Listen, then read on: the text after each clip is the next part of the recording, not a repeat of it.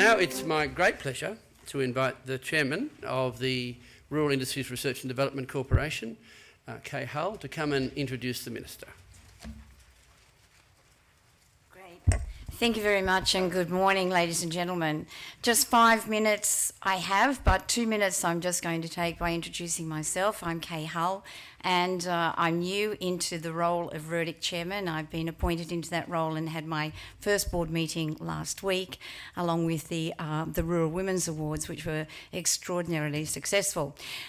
So I've had nothing to do with the preparation of the last or the 2.5 days that you will spend here. However, I do have a very strong interest in where it goes from now. Because we don't want you just all meeting here and you know, getting engaged with one another, and then you all go off and have great you have great aspirations to do things and keep in touch, and then work takes over and you start to drop off again. So it's our role now to work out how can we best capitalise on what you have done here over the last 2.5 days. And it was very interesting to me about, you know, when we heard the panellists just a moment ago, to look at the workforce issues. It's something that I have, it's been a massive issue of mine for many years. I represented the Riverina as the federal member for Riverina for 14 years, and basically it was always my big issue as to how we were going to engage in an agricultural workforce, how we're going to encourage our kids and how we're going to excite them, motivate them, innovate them to say it's not all doom and gloom. I had 12 years of the worst drought that we've ever had when I was the member for Riverina, and it was pretty dramatic. And then I heard, you know, many times this morning I've heard the innovation and the success of the cotton industry. Well, can I tell you, that was the most, you know, denied industry in my electorate. It was never an industry that anyone was happy about, the cotton industry. And to hear people say how fabulous it is to hear how the cotton industry have turned things around, it is fantastic. It's the same as the rice industry. It's any industry. Australian agriculture has a great story to tell, but you'd hardly know it because much of the time we spend complaining and too much rain, not enough rain, too much this, not enough that, too much. But it is an exciting, innovating opportunity for our future. We have to understand how can we best encourage our future, and that is by engaging with our kids and allowing them and enabling them to have an interest in the varied degrees of agricultural pursuits in career opportunity. We have to engage our teachers and we have to engage our education system in this area. So it was heartening to me to hear this morning actually speaking about the future and about engaging in our workforce issues of the future for an exciting and a productive and future for rural and regional agriculture in Australia. Now, it's my great pleasure to introduce to you a great friend of mine over many years. Luke Hartsuyker, the Honourable Luke Hartsuyker, has come into the Parliament from Coffs Harbour as a member for Cowper in 2001. And it was a fabulous entry because we, the Nationals, had been a lot of times just determined as being those who were only farmers and producers. But in fact, we are all small business people and we're all business entities. You know, farming is business. Luke was in business. I was in business. Every National MP actually operated and owned their own business.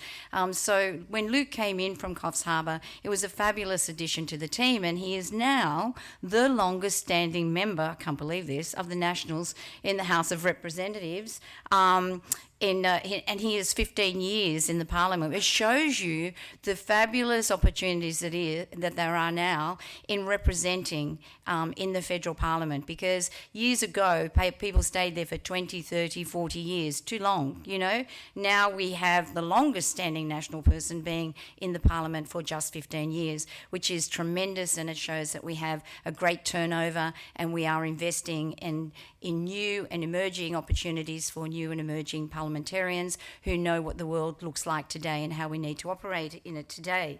So Luke is the federal member for Cowper. He's the Assistant Minister to the Deputy Prime Minister, Barnaby Joyce. He's previously served as the Assistant Minister for Employment and the Minister for Vocational Education and Skills, and he's also been the Deputy Leader of the House. Now, Luke is also a private business operator. He operates in the tourism industry still, which is, as we know, a very competitive industry as well. So he understands the ups and downs and the upheavals that happen in the business world and how to operate in a very competitive environment. But what Luke brings to the podium today is a discussion on his knowledge and his learning and his journey through real estate and property development and investment. He's been heavily engaged in those areas. He understands. He's going to give you an understanding of his view of the world as Luke Hartsuyker sees it. So could I welcome to the podium Luke Hartsuyker. Thank you very much, Luke.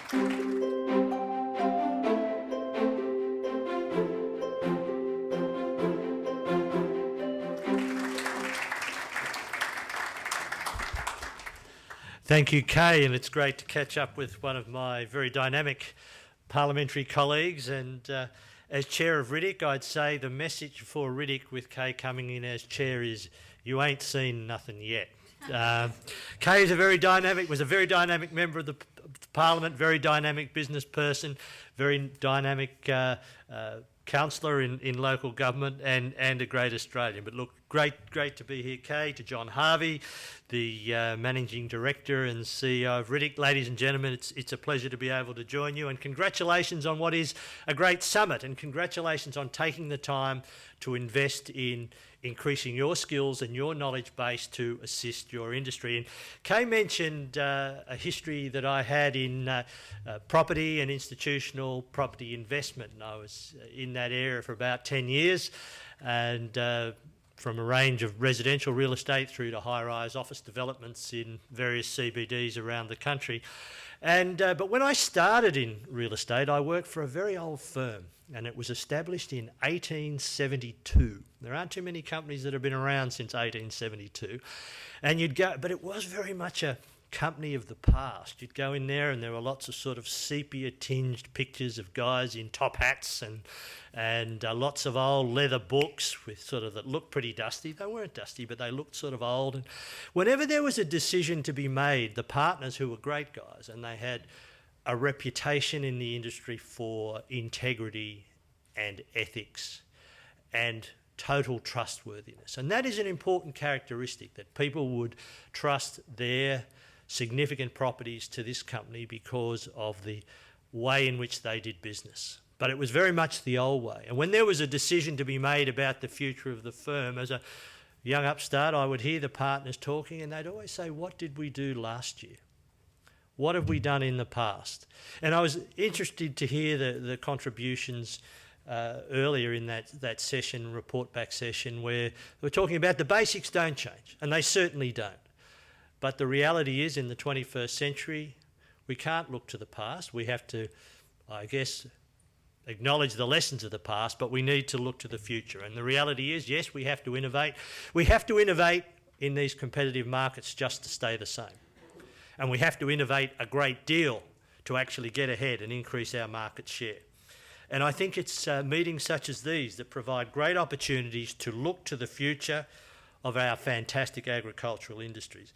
Industries that exemplify the excellent quality of Australian produce, Australian values, and our way of life. And we have significant strengths and assets in agriculture in Australia. We have a robust economy. We have a skilled workforce. We have a world-class reputation as a reliable supplier of safe, high-quality, clean and green agricultural produce. Growth in global food consumption overall will require a 77% increase to meet demand by 2050 as compared to 2007 levels. Global meat consumption is expected to increase by 106% to 2050 compared to 2007 levels, from around 500 billion in 2007 to over 1,000 billion in 2050. And this demand is not just about volume. It reflects growing international desire to have safe, high-value products, and it's these sorts of products that we excel. It are these sorts of products where we have a clear competitive advantage that people will pay a significant premium. And we are very well placed to take advantage of this growing demand, not the least because we come from a region where our neighbours are growing as quickly as they are. Ongoing growth in global demand is opening up huge opportunities for Australia, but it's important that we create the policies and the business practices that support Australian agriculture and take advantage of these growth opportunities. This is not just vital for farmers of today, but the upcoming generation who will lead agriculture into the future that need to be cognisant of the sorts of changes and the sorts of new practices that will be required, and conferences such as these certainly, I think, increase the ability to do that. But increased opportunity will also come with unique and increased challenges. We already have significant competition in China from Brazil, which is re-establishing its market share. And Indonesia is looking to change its import requirements to allow access for a greater number of competitive countries. We must continue to work together, industry, governments and producers.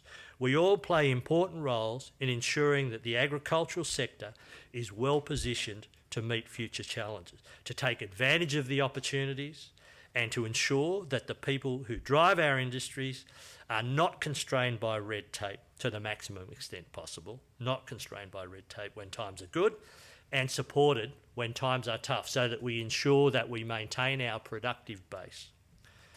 We need to ensure that we remain competitive in domestic and international markets, that we increase our productivity to capitalise on the opportunities offered by the growing demands that I spoke of. We need to ensure that our industries are profitable and that the returns at the farm gate will continue to drive investment in the sector. And I think that we're seeing very clearly the results of our free trade agreements, delivering greater market access, delivering higher returns at the farm gate, which is, I think, an example of how government can assist you in your job of creating agricultural output and driving the agricultural industry. There will always be challenges as the demands of the economy, the Australian economy and the world economy change over time. But what will remain constant is the Australian government's commitment to our agricultural sector, to sensible policies, to practical measures, to genuine investment to assist the industry to reach its full potential. A major part of our commitment to agriculture is the Agricultural Competitiveness White Paper. Launched by the Deputy Prime Minister Barnaby Joyce in July last year, it represents a $4 billion investment in Australian agriculture. Through the White Paper and our work more broadly, we're focused on 1, creating a better business environment for farm businesses and strengthening our approach to drought and risk management.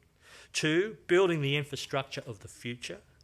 3, supporting the sector to access the most advanced technologies and practices and to continue to farm smarter. And 4, maximising access to premium markets, and those free trade agreements are a great example of that. I'd like to zero in on one of the key aspects of the White Paper, farming smarter. The equation is simple: innovation equals productivity.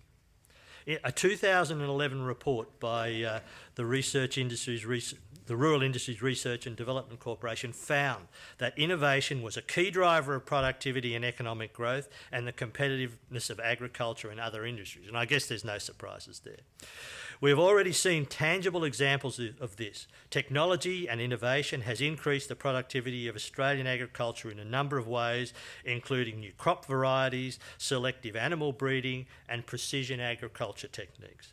Continued innovation and R&D are vital to the future success of our industries. Without constant improvement and access to the latest technology, ideas and procedures, growth can and does stagnate. Australian farmers, with the help of industry and the sector's peak body, are amongst the most innovative in the world. And the Australian government fosters an environment that supports continuous improvement to ensure that we remain on the cutting edge.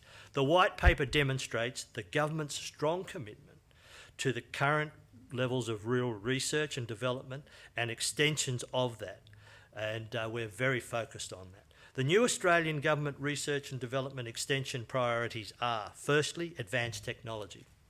to enhance innovation of products, processes and practices across the food and fibre supply chains. This may be achieved through technologies such as robotics, digitisation, big data, genetics and precision agriculture.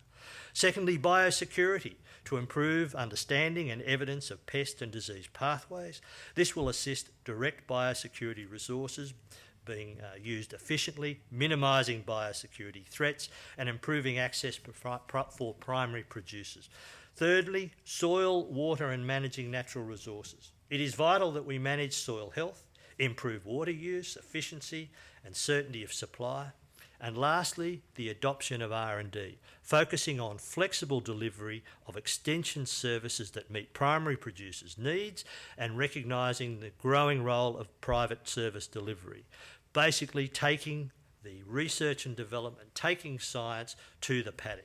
We want the benefits of innovation and the results of R&D shared across all sectors, including small family farms, which may not have the capacity to invest in new technologies and innovations.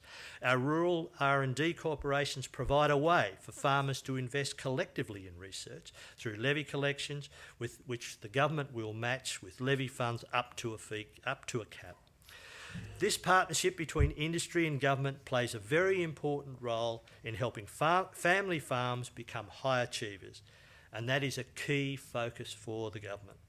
ABARES has found that for every dollar that the government invests in rural R&D, farmers generate a return of $12, so a return of 12 to 1 over 10 years. In 2014, we implemented an election commitment to provide $100 million for rural R&D, the Rural R&D for Profit program, to conduct additional R&D. The white paper provided additional funding and extended the program to 2021-22. Grant funding of $79 million has been awarded to 29 projects over the first 2 rounds of the project and is matched by more than $109 million in cash and in-kind contributions from RDCs and their partners. This program is on top of the around $700 million that the Australian government already invests in rural R&D each year. We will continue matching the industry spending on R&D, ensuring that producers have the tools they need to drive growth, to drive productivity and to drive the profitability of their industry. It is important that farmers and agribusiness have access to, as well as to be able to use, information. Digital infrastructure will become increasingly important in the future. That's why the government is investing up to $29.5 billion towards delivering Australia's first national broadband network. Improving mobile phone connectivity, so important, not only for voice but for data transmission in rural areas. Improving wireless broadband coverage, the new satellite system which will be so effective in increasing communication and connectivity in regional Australia. The mobile phone black spot program, a fabulously successful program indeed, leveraging up the original $100 million in investment by about 4 to 1. So it's been spectacularly successful. We know that access to the NBN and improved mobile phone coverage has the potential to transform farm businesses. And other barriers to the adoption of R&D by farmers can be reduced when research is focused on practical outcomes and achieving what is actually needed by farmers. And that's where summits like this can be truly useful and so important. It makes good sense to involve the users of new technology, getting together, sharing ideas, working out the best applications and the best developments for these. Australian farmers, supported by R&D, industry and government, are at the forefront when it comes to the adoption of new technologies. A general enthusiasm for change and innovation is what will keep them there as technological advances become increasingly important to the future of agriculture. I'd like to share with you a few examples of emerging technologies which have the potential to not only be relevant to agriculture but to revolutionise it. And the first of these is nanoscience and nanotechnology, which has so many potential applications in agriculture. It can be adapted for the uses in detecting diseases, in delivering agrochemicals and biostimulants. Then there's robotics, an already well-developed technology that is readily available in various forms to many agricultural businesses. For example, drones, which were talked about earlier, can be used to monitor a whole range of requirements around the farm. Robotics has the potential to reduce labour costs and can be used for data collection, monitoring, seeding, harvesting, pest and disease controls, and many other uses. Smarter farming will mean increased demand for resource efficiency, including new materials that can control and target the release of agrochemicals, and may also provide many opportunities in the future for the agricultural sector. The increase in the use of digital infrastructure applied to agriculture will also require entirely new skill sets. This will mean a range of skills which may become transferable to the agricultural sector. It will not only be the younger generation that can get in on the ground floor, but workers who decide to change careers and may find that their IT skills may be very useful in the agricultural field. There will be challenges ahead when undertaking new or experimental things like technological advances. There inevitably are. But I believe the fundamental capacity of our agricultural sector to adopt new technologies is stronger than ever, and summits such as these are an important part of that. I mentioned a new generation of farmers leading Australian agriculture into the future. In addition to managing their businesses, farm leaders will need to be strong advocates for their regional communities and the role that regional communities play in our Australian society and the Australian economy. And I see very much, I think, a golden age for regional Australia, where regional Australia, through increased technology, not just in agriculture, but a whole range of other areas, will mean that regional Australia can play a far greater role in the Australian economy. IT means that in a city such as Albury, we can do a massive amount of work that's currently done in our CBDs. We can reduce the congestion. We can provide people with a quality of life opportunity in a wonderful regional city, and do that on a more efficient basis than that is currently being done in our congested metropolitan capitals. The Australian government supports wholeheartedly this move towards getting more activities happening in the regions. With regards to rural leadership, we have invested $5 million in the Leadership in Agriculture Industries Fund, which will assist organisations that represent farmers across a range of sectors to build their capacity to lead their industry, which is so important, to lead their industry through transition and change. This will strengthen the long-term viability of this sector, as well as provide a valuable means of communicating with farmers with regards to things such as agricultural research and the need for levies and a whole range of things that we need to communicate to farmers. In conclusion, ladies and gentlemen, the government is constantly looking towards the future of our primary industries. And as I said, you have to innovate to maintain your place in the market. You have to innovate a lot to make advances and increase your market share, and we want to see that happen. We will continue helping the industry going forward to deliver policy settings that are correct, prioritising the work on more free trade agreements and opening up even more market access for you for the products that you produce, providing a strong biosecurity environment so that our products maintain their clean green image and that our industries are protected from foreign pests and diseases, and we will continue to be there to provide support when it is needed, when times are tough. The GrowAg Summit is a great example of what can be achieved when people come together to share ideas, to network and to invest in the future of their industries. Those attending this summit are a testament to the skill and passion that exists in our communities around the country, and I think it augurs well for the future of Australian agriculture. It's a great pleasure to be able to have joined you this morning. It is great to see such a dynamic group putting in so much commitment to their industry. I wish you well for the future, and I certainly know that our agricultural industries are in good hands. Thank you, ladies and gentlemen.